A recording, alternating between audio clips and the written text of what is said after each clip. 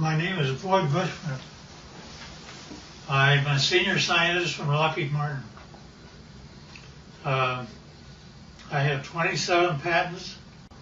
Approximately 13 years ago, I ran across a person who had been given a job by Dr. Teller. Dr. Teller was Oppenheimer's right-hand man, and even after Oppenheimer was thrown out of Area 51, Dr. Teller stayed there and was in charge of several programs. The person that I contact twice to 3 times per month is the head of that program now. And they continually update me on everything they possibly can. I do have a top secret clearance. I choose, however, for their purposes, not to use it because the intelligent ones of me and me actually believe that a great deal of information should be lifted up from those dark recesses of Area 51 and moved over so people can see it. So that's what began about 13 years ago. Since I am a scientist, I do not believe in theory. I basically say, follow the data, theory be damned. If something can't verify by a physical test that something is true, then I do not care to accept it in that I present. Therefore, everything that we present here will be data that comes directly from them through me to you. The subject of today there are those that are acquainted with the fact that there were Phoenix lights that occurred over Phoenix about 2 years ago. They were photographed, and those really turned out to be just blobs across the Phoenix sky. It turned out to be that a very dear friend of mine took his wife up a mountain on Valentine's Day, and they took a photograph of Tucson. Turned out to be, when they developed the film, there were a total of 5 UFOs across Tucson proper. And this is Tucson as they saw it. Can you get that? So here's the picture of Tucson as he had it. Then, as he developed further, notice that there are 5 very distinct UFOs along the top of the mountain. Mm-hmm. One of them is even canted a bit, about 45 degrees. Now, the person that took the film said that he had a mothership underneath and one up high. This shows the high one. Mm-hmm. I don't know if I know that I can buy the ship. My name is Scott Faree. I live in Vail, Arizona. A friend of mine who manages a nonprofit in Tucson asked me to take some photos for him for his website.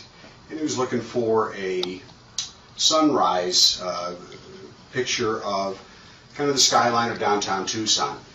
So I had gone out actually on Valentine's Day evening. I dragged my wife up to A Mountain so that I could go up there and just block out some shots, kind of plan the photos that I was ultimately going to take for that website. And so we got up on A Mountain just as the sun was setting. I set up my Canon 40D on a tripod, opened the shutter up fully. I really wasn't looking for picture quality. I was, like I said, I was looking to block out where I wanted to set the camera and the angles that I wanted to take. And so I started to click off some photos, and I had these set with a timer release on the shutter so I didn't get any camera vibration because the sun was starting to set. We were running into fairly low light. And I took, I don't know, it was probably 6 or 8 pictures. I figured I'd had enough that I could take a look at tomorrow, take a look at the next day and decide what I liked. So we went out to dinner that night, went home the following day. I uploaded these photos onto my laptop, and I noticed some lights that I really didn't expect to see up above the Santa Catalina Mountains. And upon closer inspection, and as I really ran out the contrast in the photo, I ended up with something that I still can't explain to this day. This is the original photo, and these lights were showing up just over the top of the mountain. I took a second photo probably 5 or 6 seconds later, as long as it would have taken for me to reset the timer. And in fact, this group of lights was in a much more narrow band, and now about, well, I don't know, I can't really say distance-wise, but they'd moved quite a ways from where that original grouping had taken place. So I still have no explanation for the camera, or for the pictures. These images, these lights have not shown up in any other photos that I've taken. I'm at a loss as to what they might be, and certainly curious as to where those lights came from. They certainly are very, very similar images. Here's up and flying. Let me go through, now on the ships, in order for me to believe it, I had to get blow-ups, and so here are 2 of them, which is blown up much higher. And I think I have one that, yeah, you can see the 45-degree candidate UFO. Now see, the only reason that I bought everything that he said is because my people have been feeding me for 13 years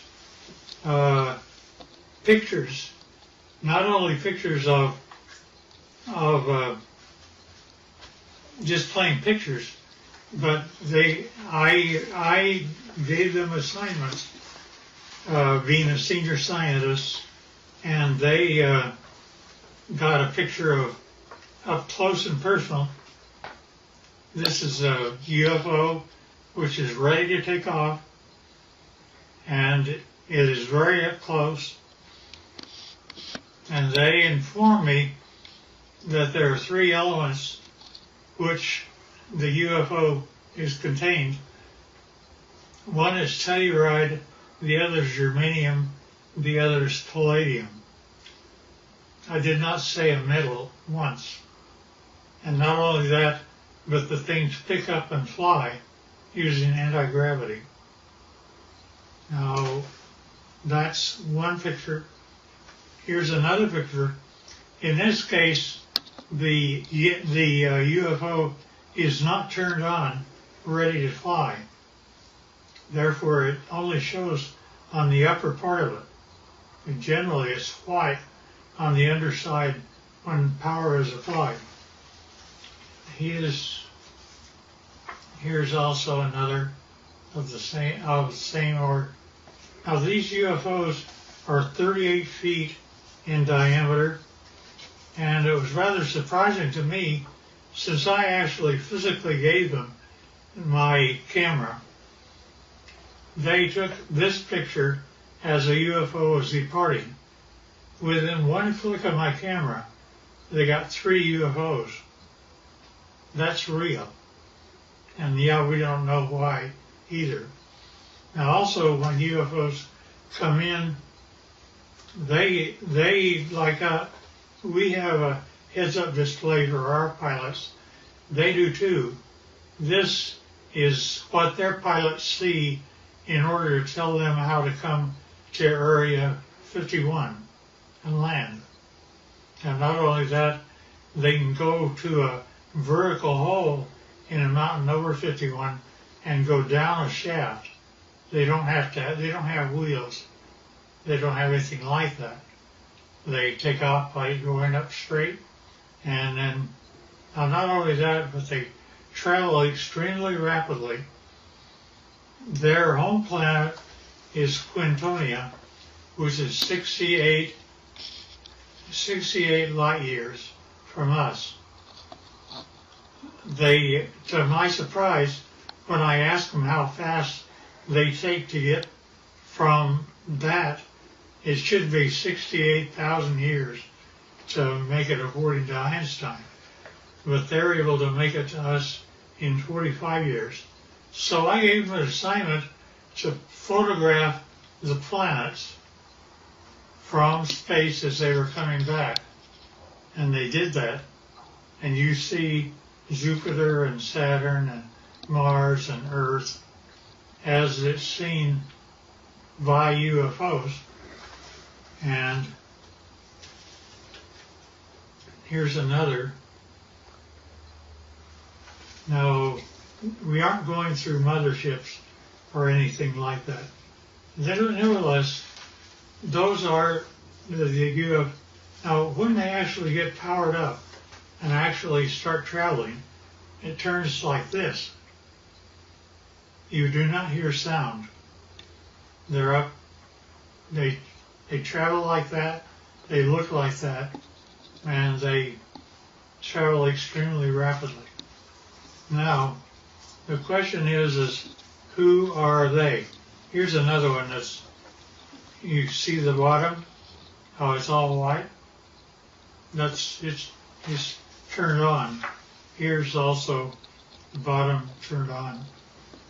Strangely enough, I asked them to take pictures of the power unit on the bottom, up close and personal. They gave me this. I don't know what this means.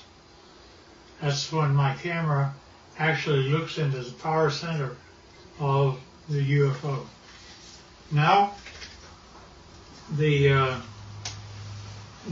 I asked them to tell me about who was flying these things. He therefore said, fine, they're approximately 5 feet, 4.5 to 5 feet tall. They had one or two of them around it that were 230 years old, and we have a total of at least 18 that exist and operate with our facility as Teller set it up.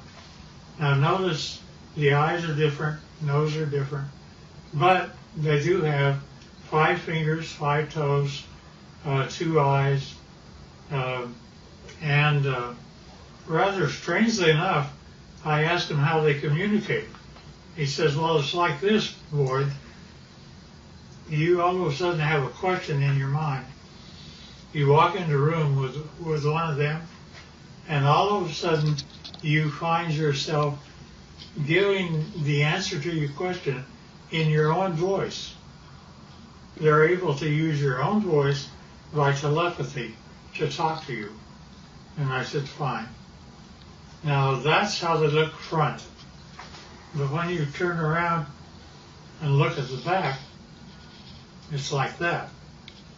Now notice that they have 3 backbones. They're actually cartilage. Nevertheless, it's a much more efficient system as ours. They also have 3 ribs in their system rather than more. This is also the back side of an alien. Here's a 45-degree look.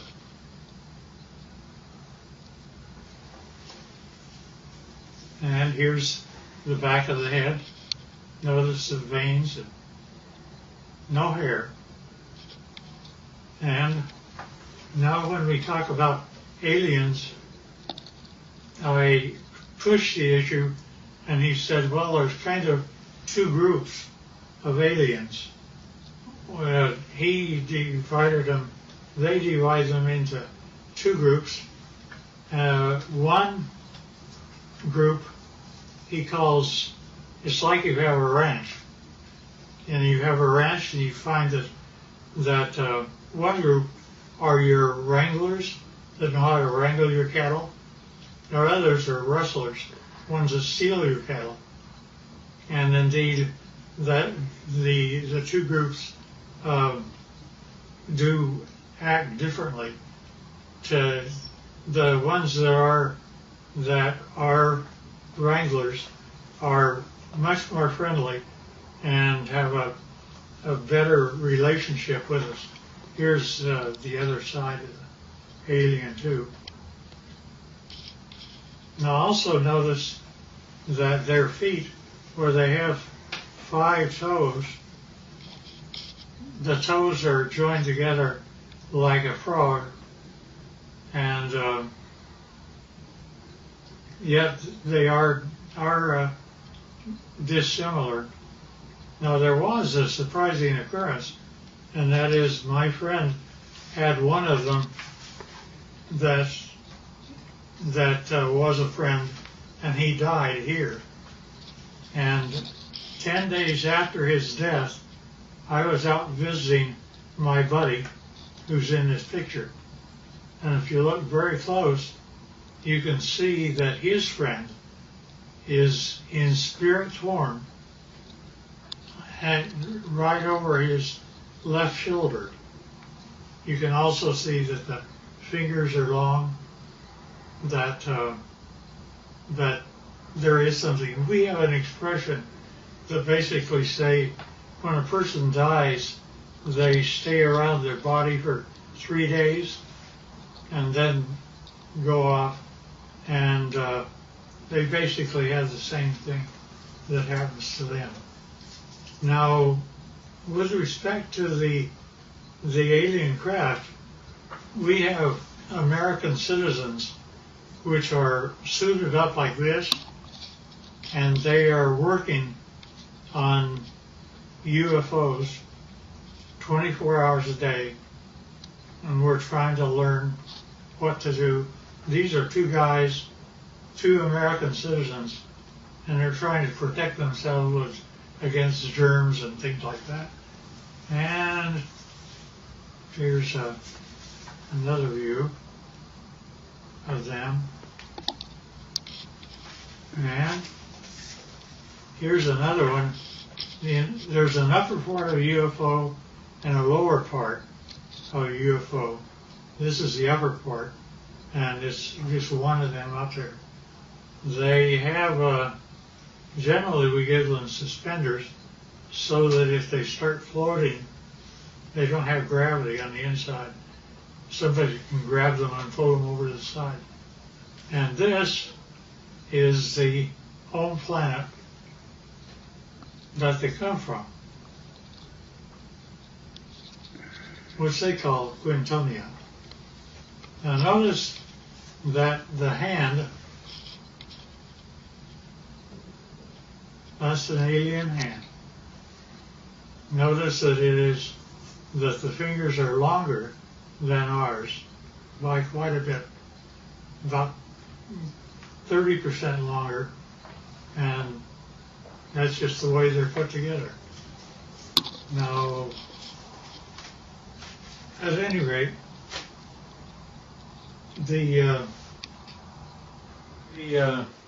this process that introduced me directly or indirectly to Dr. Teller's work with the group that still is in charge of Area 51 and equivalent, turned out to be a doctor, very, very fine gentleman. And I was carrying on a conversation with him. He saw how the subject was going, so he simply said, well, you need to know what I did one day. And I said, okay. He said, I was in the process of doctoring a pilot who was a test pilot, a Navy test pilot for the United States government. And it was 1947. said he began, I don't know if it's a drug I had him on or what was occurring, but he basically told me that the radar group, had found a blip out over New Mexico, and that they would like to assign me to go out and check it out. So he said, fine, I'll do that. And he got the fastest airplane that existed then, which was a propeller at the time. And it was fully armed and all the rest of those things. Nevertheless, he was out flying, and he found the item, and he immediately communicated back, and he said, I wish authority, first of all, I want you to tell me, are there any other airplanes flying? Are there commercial or anything else around other than he and I? Said, just the two of you. And he said, fine. Second thing I want to know is, do I have authority to shoot it down? I said, why do you want authority to shoot it down? He says, because I am flying the fastest thing that the United States can make, and he's beginning to leave me. Therefore, I know he's either a friend or an enemy, and if he's leaving me, he's an enemy. And therefore, I wish authority to shoot it down. The commander said, fine. He granted him authority. He pulled in. He shot him down. It came down. He flew past and saw that there was a road on the one side of a fence area. He came down and landed his airplane. Hard to do, but he did. And then he cut across the fence. One of them, the door was open. One of them was out walking around. But he didn't care about that. He cared about what the vehicle was. So he went over, and rather strangely enough, when he ducked down, because they were only 5 feet high, he saw that he could see through the walls. Not only that, but as he stepped in, the floor was spongy. He looked at the three that were there, and they were dead. He knew they were. He'd killed them. But he also knew that the military would come, and he had put up with those guys for a long time. So he went back across the barbed wire fence, got in his airplane, and took off. Therefore, he was never briefed out at all. And he didn't give my friend authority to allow me to know what his name was. I know, but I won't reveal it. Both of them should have been gone for a long time. Nevertheless, so when I got up with my contacts in Area 51, I brought up that story, and they said, well, that's totally true, but we can't say it, you can. And that's how they've kept me all this time, is I can talk about it, but they can't. I do, because of some very good reasons, keep things within control, but I don't want us to fall behind the Russians and Chinese. And the problem I have is that Area 51 is working with both the Russians and Chinese right now. And trying to make UFOs, they have, there's been a total of 39 United States citizens that have lost their lives trying to reverse engineer UFOs. And it's Well, the last one I heard of was a year and a half ago, where we lost 19 lives in one test. They actually wanted to bring various flying craft near the UFO, and the UFO defended itself, and 19 of our people died. Now, they kept giving me things rather than, they would give me pieces of UFOs, and I would come to my laboratories. I had the laboratories of Lockheed and every place else, so I would do that, but I would get pieces of UFOs. For example, I have 3 little pieces of UFOs down underneath the thing that looks like a quartz crystal. Notice that that is my hand, and it is giving weight. It says that it weighs 100 grams. Now, without those 3 items, when I take the UFO material away, notice that the 3 UFO items are gone. But also notice that the weight of the crystal is now 650 grams. The implication here is that if I were to take the pieces of UFO and put them underneath an average man's scale, he would weigh 45 pounds. Basically, they're working in anti-gravity, and therefore our effort is anti-gravity. Now, not only that, but we take these same pieces of items, and I go to a standard voltmeter, and notice that in my voltmeter I am getting a total voltage of 249 volts out of one piece of UFO. Not only that, but the team took a piece of UFO and connected it up like this and was able to have a complete laboratory operate for 6 months with heavy equipment.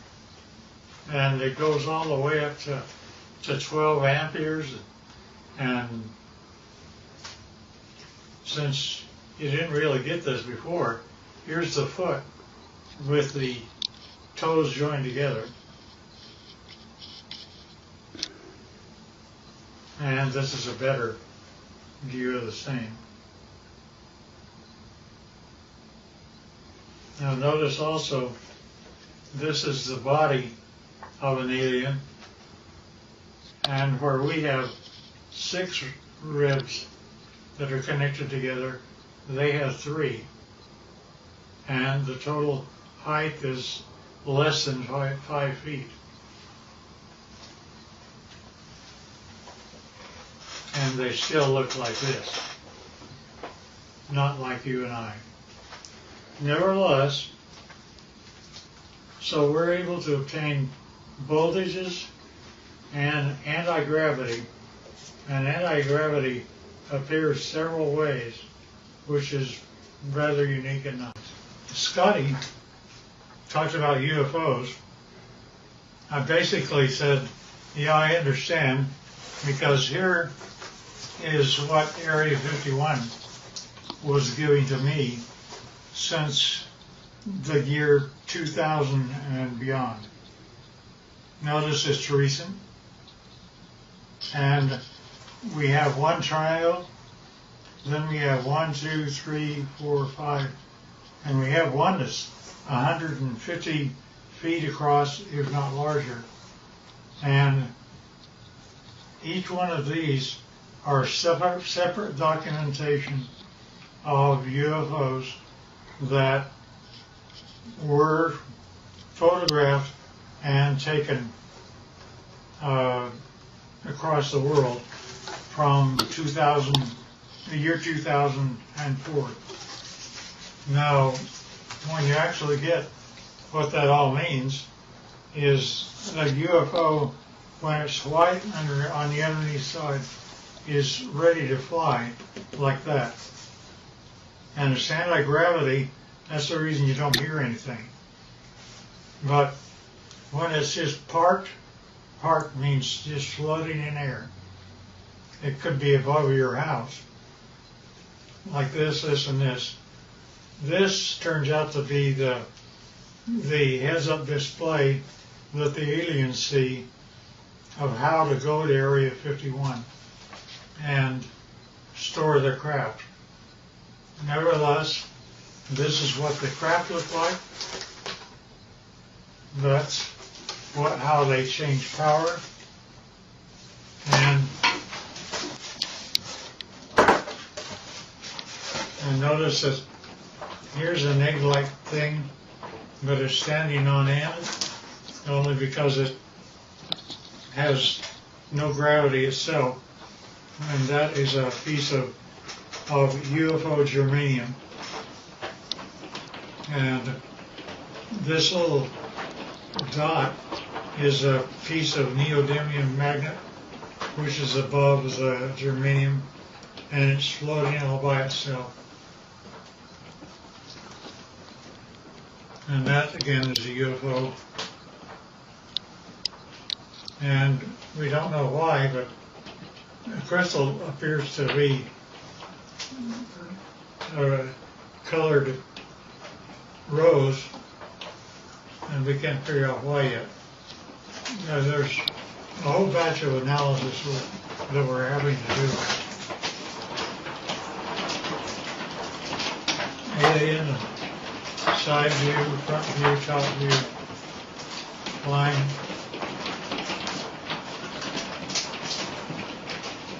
And that's the power center of palladium in the middle of the craft.